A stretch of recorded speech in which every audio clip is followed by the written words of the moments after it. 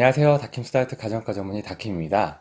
이번 시간에는 조금 재밌는 주제에 대해서 나눠보도록 해보겠습니다. 바로 흔히 회자되고 있는 기름진 음식을 먹는 중국인들은 왜 비만하지 않을까에 대한 내용입니다. 먼저 이 질문에 대해서 두 가지 내용을 주목해 보도록 해보겠습니다. 일단 정말 중국인들은 비만하지 않은가에 대해서 먼저 팩트 체크를 해보고 이후 비만하지 않다면 왜 비만하지 않을까에 대해서 같이 한번 알아보도록 해보겠습니다.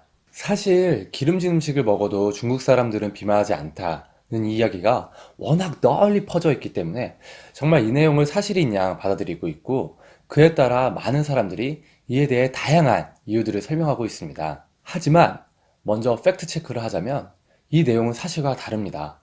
중국의 비만 인구수는 최근에 부동의 1위를 차지하고 있었던 미국을 제치고 세계 1위를 차지하게 되었습니다. 물론 중국의 인구가 세계에서 가장 많기 때문에 비만 인구수 세계 1위라는 것의 의미가 잘못 희석될 가능성도 있지만요. 문제는 비만 인구 증가 속도가 너무 빠르다는 데에 있습니다. 40여 년 전에는 중국의 비만 인구수가 전 세계에서 남성은 60위, 여성은 40위였다고 합니다. 당시에도 중국의 인구수가 세계 1위였을 것을 감안한다면 현재의 비만 인구수는 굉장히 많이 증가한 것입니다. 특히 소아청소년의 비만은 심각한 정도입니다.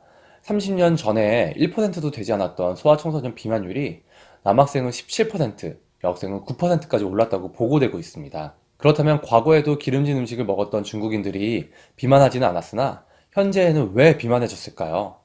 일단 이러한 결과에 대한 이유로 흔히 회자되는 것은 중국의 차 마시는 습관에 대한 것입니다. 중국에서 많이 마시는 보이차의 갈산이나 녹차의 카테킨 같은 성분은 지방의 흡수를 방해하고 체지방 감소에 도움이 된다고 알려져 있기 때문에 이러한 이야기가 나온 것 같습니다. 하지만 이러한 차의 다이어트 효과가 어마어마한 정도가 아닐 뿐더러 지속적으로 차를 많이 마실 경우에 커피를 마시는 것과 비슷하게 만성 탈수 상태를 유발해서 가성식욕을 올릴 수도 있습니다. 비만에 있어 차 자체가 주는 약간의 효능을 아예 부정할 수는 없겠지만, 기름진 음식을 먹는 중국 사람들 하면 항상 차가 가장 먼저 떠오르는 것은 아무래도 상업적인 광고 때문은 아니었을지 생각해 볼 필요는 있습니다. 두 번째 원인으로는 양파 섭취 때문입니다. 중국 사람들이 음식물 조리를 할 때 양파를 많이 넣어서 조리하는 것으로 알려져 있습니다. 그런데 이 양파에 있는 성분 중 유화프로필이라는 성분은 지방 합성을 방해하고 콜레스테롤을 낮춘다고 알려져 있습니다.